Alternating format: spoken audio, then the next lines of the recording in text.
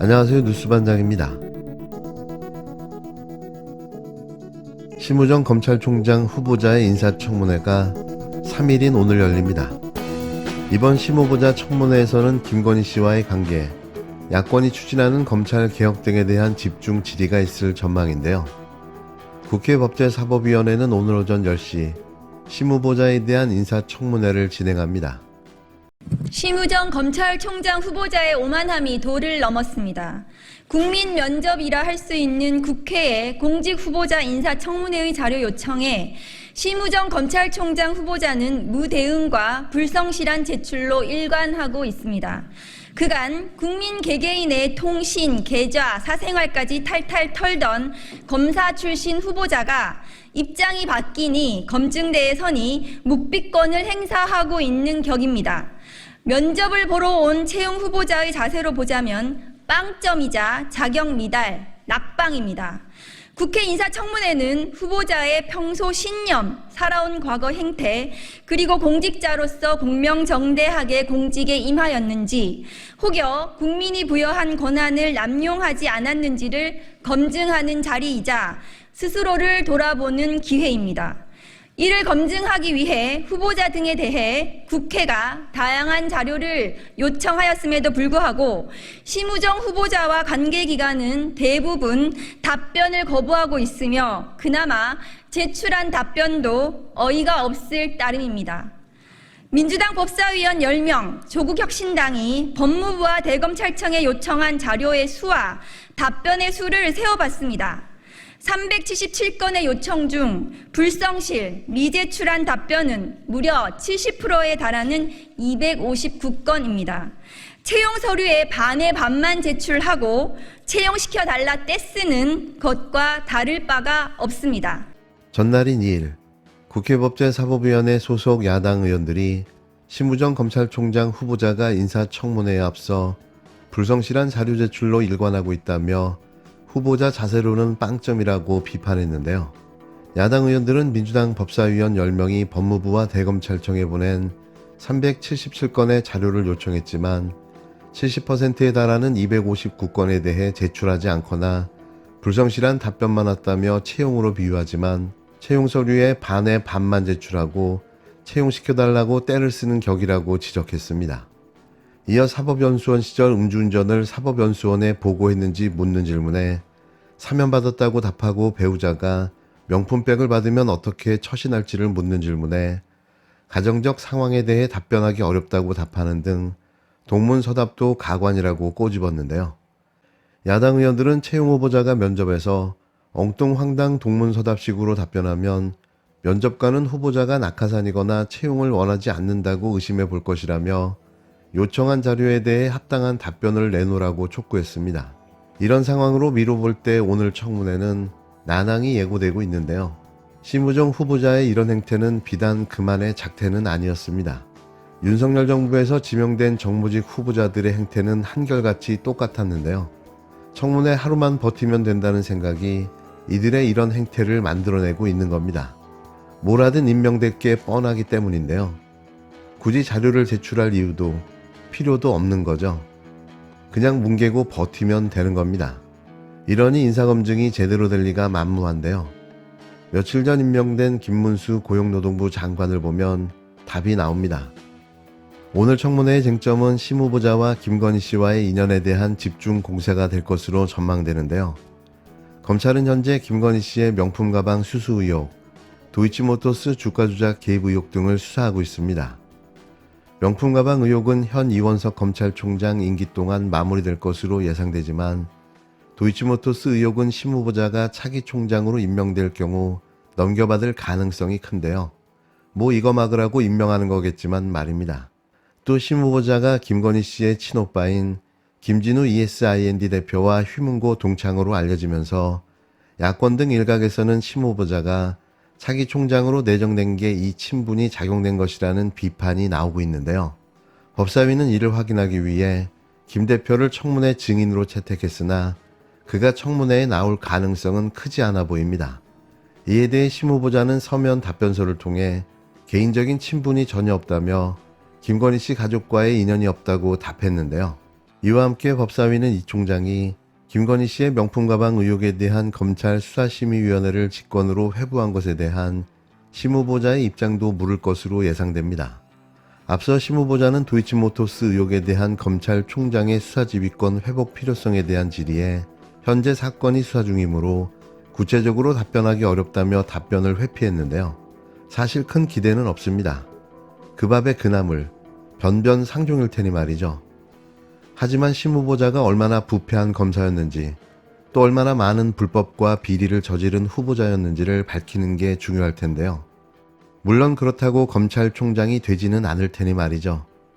하지만 결과에 따라서 이렇게 부도덕하고 비리가 많은 자가 검찰총장이 될 수 있다는 모습을 또 보게 된다면 두 번 다시 대한민국에서 검찰이 정권을 잡는 일은 절대로 없을 겁니다.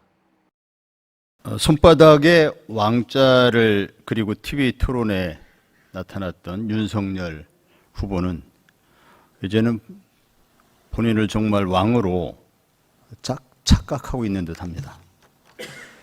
대통령의 자리가 마치 왕자인 양 삼권 분립을 무시하고 자신의 마음에 들지 않으면 무조건 거부권을 남발하고 있습니다.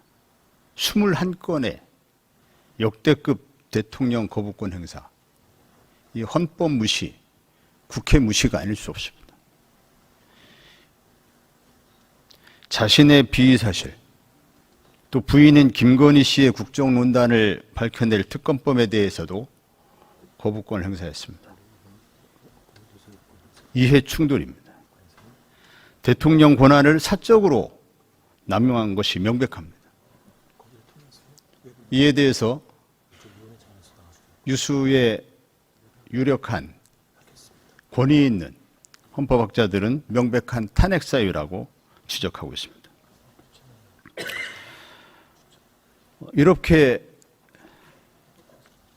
탄핵 마일지는 쌓여가고 있는데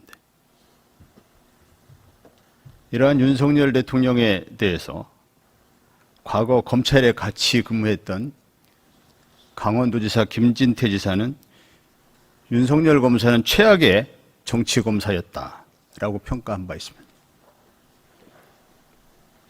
윤석열 검사는 총장이 되자마자 윤석열 사단을 동원해서 본인의 대권과도를 위해 살아있는 권력수사라는 미명으로 국민을 속여가면서 사실상의 연성 쿠데타를 저질렀습니다. 민주주의가 과거처럼 군부 쿠데타에 의해서만 파괴되는 게 아닙니다. 사법 쿠데타를 일으킨 브라질의 모루처럼 검찰의 법기술자들이 법적 수단과 장치를 동원해서 소리 없이 스텔스처럼 그런 방식으로 민주주의를 파괴하고 있는 것입니다. 윤석열 검사가 문재인 대통령 앞에 고개 숙여서 검찰총장 임명장을 받던 그 순간에도 윤석열 사단은 대권을 향한 비열한 음모를 꾸미고 있었다는 것을 생각하면 참으로 통탄스럽기 짝이 없습니다. 존경하는 국민 여러분, 검찰 쿠데타를 성공시켜서 검찰총장에서 대통령으로 직행한 윤석열 검사는 한동훈 대표와 같은 정치검사들에게 그릇된 야욕을 심어주고 있습니다.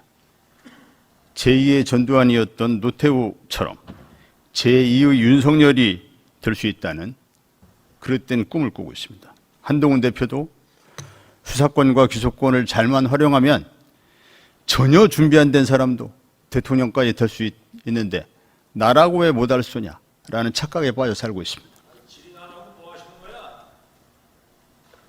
들으세요. 질문하기 위한 준비 과정입니다. 도입부예요.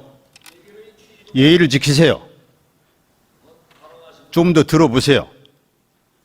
민주주의와 헌법을 파괴하는 윤석열 검찰 독재 정권이 들어선 이유는 검찰개혁에 실패했기 때문입니다. 이러한 검찰 독재 정권이 다시는 등장하지 못하도록 하기 위해서는 검찰 개혁이 반드시 성공해야 합니다. 검찰 권력을 해체하고 검찰청은 공소청으로 새롭게 탄생해야 합니다. 동시에 정치검사들의 자금줄부터 끊어야 합니다.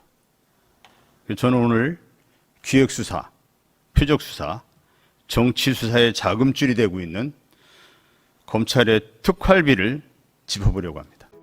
2일 국회 결산특별위원회 전체 회의에서 황운하 조국혁신당 의원이 정치검사의 불법적인 자금줄을 끊겠다며 공개 못하는 검찰의 특활비 72억 원의 사용 내역을 공개하지 못한다면 전액 삭감하겠다고 말했습니다. 이에 당황한 박성재 법무부 장관은 볼멘 소리를 내가며 특활비 사용 내용은 비밀이라면서도 내역 공개는 많이 개선됐고 앞으로 개선되어질 거라며 특활비 삭감에 대해 부당하다고 읍소했는데요. 하지만 황 의원은 검찰의 부당한 특활비 사용 내용을 짚어가며 앞으로 한 푼도 줄 수 없을 뿐만 아니라 삭감을 넘어 폐지하겠다는 강한 의지를 밝혔습니다. 황운하 의원은 이미 지난 7월 검찰 특수활동비 폐지 법안을 발의한 바 있는데요. 이날도 그의 시원한 사이다 같은 일성이 담비 같은 통쾌함을 안겨줬습니다. 국민 열세를 축내고 국민을 기만하고 괴롭히는 국가기관. 이런 기관이 존재해야 하는 이유가 뭘까요? 반드시 검찰은 역사 속으로 사라져야 합니다. 반드시 말이죠. 2023년 검찰 특활비 규모가 어떻게 됩니까? 72억 정도로 알고 있습니다. 제가 알기로 84억인데 뭐 72억이든 84억이든 72억이 맞습니다. 그렇습니까? 예. 특활비 말고도 수사비라는 게 따로 있죠. 검사하셨으니까 아시죠? 특정 업무 경비를 그 용도로 쓸 수 있는 그렇죠. 일부 쓸 수 있는 것으로 알고 있습니다. 그렇죠. 특정 업무 경비가 있습니다.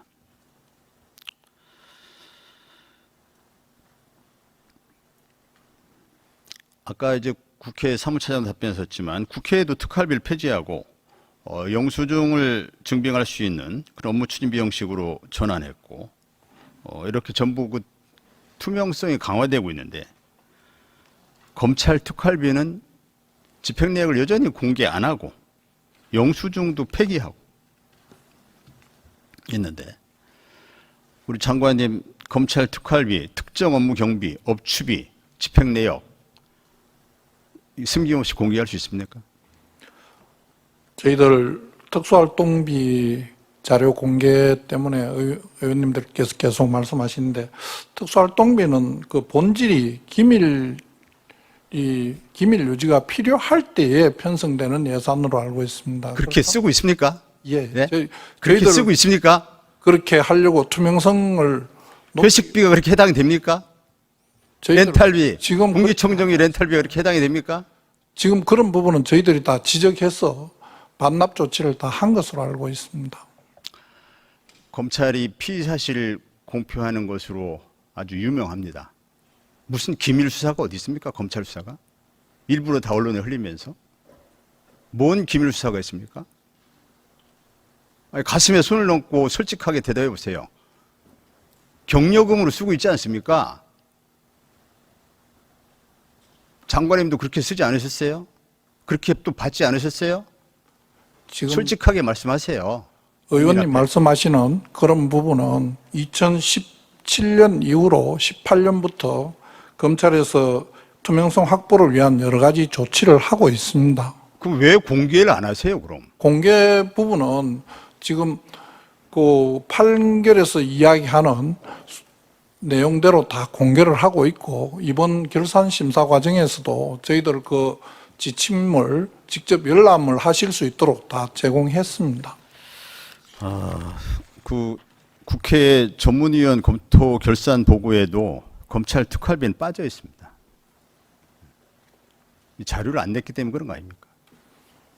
자료를 저희들 낼 수 있는 만큼은 충분히 다 낼 수 있도록 하고 그다음 공개가 지금 어려운 부분에 열람을 하실 수 있도록 다 조치를 취하겠다고 말씀드렸습니다. 저도 평생을 경찰관으로 일하면서 숱하게 특활비 써봤고 수사비 써봤습니다.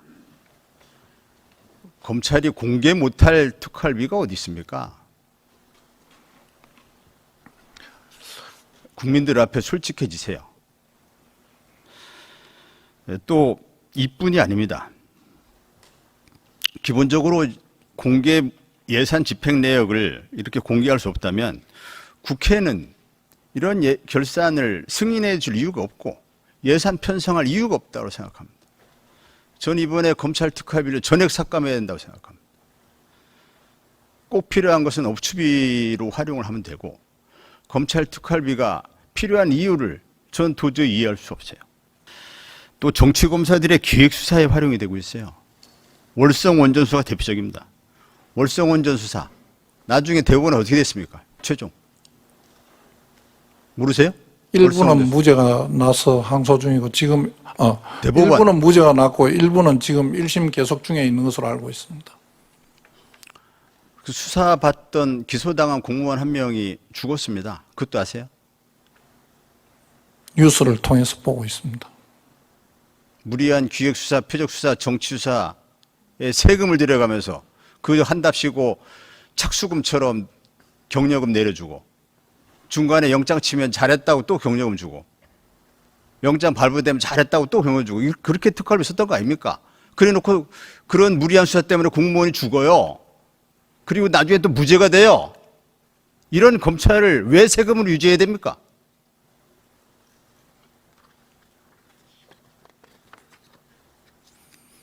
뭐 법무부 장관이니까 검찰 조직을 해체하는데 동의는 안 하겠지만 국민들 입장을 생각해 보세요.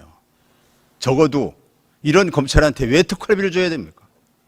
사람 죽이라고 특활비 줘요? 생사람 잡으라고 특활비 줍니까?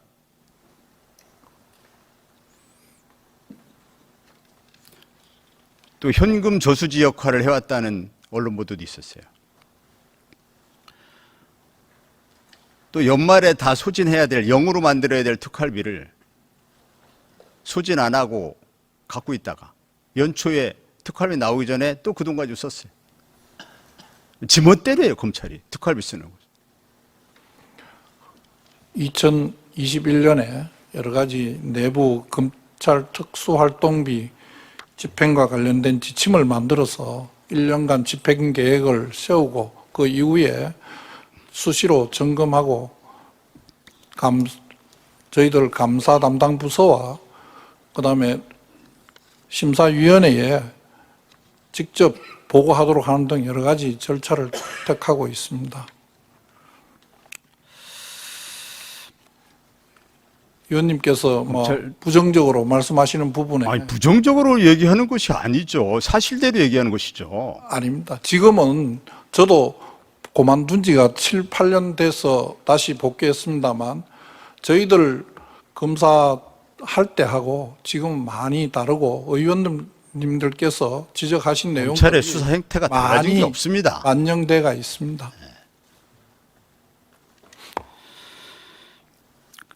지금 장관님은 뭐 많이 개선됐다고 하는데 우선 집행 내역부터 국회에 소상하게 제출해야 합니다. 제출 못할 집행 내역은 없다고 봅니다. 검찰에 뭔 기밀 수사가 있습니까? 본질적인 내용을 침해하지 않는 범위 내에서 다 충실히 제출할 수 있도록 노력하겠습니다. 본질적인 게 뭡니까? 기밀 유지 그러니까 검찰의 기밀유지 요구된 수사가 뭐 있습니까? 예, 아까 뭐 마약 수사 뭐 이렇게 말씀하시는데 저는 뭐 납득되지 않아요. 장관님도 그 부서에서 써주신 답변 뭐 가지고 말씀하시는 것 같은데 그렇지 않습니다. 예. 개선되지 않았습니다. 또 정말 개선 의지가 있다면 소상하게 제출부터 하세요. 그래서 투명성을 검증받고 그 다음에 특활비 달라고 해야 됩니다.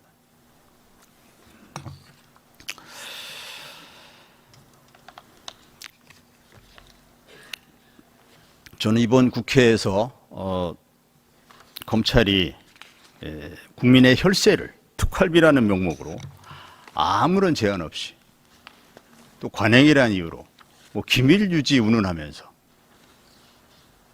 혈세를 낭비하고 있는 것을 반드시 근절해야 한다고 생각합니다. 특히 정치 검사들이 자금줄 되는 이런 검찰 특활비, 이것은 반드시 이번에 바로 잡아야 한다고 생각합니다. 검찰이 있는 죄는 덮고 없는 죄는 만들어서 뒤집어 씌우면서 무고한 국민들을 괴롭히고 심지어 죽음으로 몰아가고 있는데 특활비가 활용되고 있다면 이게 얼마나 기가 막힌 일입니까?